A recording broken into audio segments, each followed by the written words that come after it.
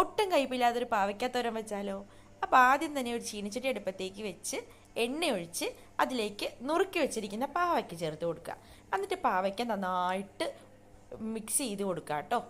അതിൽ കുറച്ച് ഉപ്പ് കൂടി ഇട്ട് കഴിഞ്ഞാൽ പെട്ടെന്ന് ഇത് വഴണ്ടി കിട്ടും. അപ്പോൾ കുറച്ച് ഉപ്പ് കൂടി ഇട്ടിട്ട് നമ്മൾ വഴറ്റുക. ഇത് ഈ ഒരു കളറായി കഴിയുമ്പോഴേക്കും അതിലേക്ക് ആവശ്യമുള്ള വേപ്പിലയും സവോളയും ചേർത്ത് കൊടുക്കുക. എന്നിട്ട് അത് നന്നായിട്ട് മിക്സ് ചെയ്ത് കൊടുക്കുക കേട്ടോ. ഇങ്ങനെ വെച്ച് കഴിഞ്ഞാൽ പാവയ്ക്കൊക്കെ ഒട്ടും കയ്പ്പ് ഉണ്ടാവില്ല കേട്ടോ. എന്നിട്ട് നന്നായിട്ട് മിക്സ് ചെയ്ത് കൊടുക്കുക. ആ മിക്സ് ചെയ്ത് നന്നായിട്ട് അത് ഒന്ന് ബ്രൗൺ കളറാകാൻ തുടങ്ങുമ്പോഴേക്കും അതിലേക്ക് നമുക്ക് കുറച്ച് തേങ്ങാപ്പീര ഇട്ട് കൊടുക്കാം.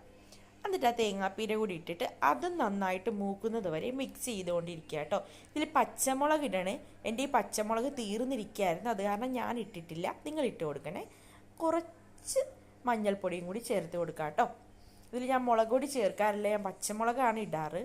കണ്ടോ, ഇത്രയേ ഉള്ളൂ. നല്ല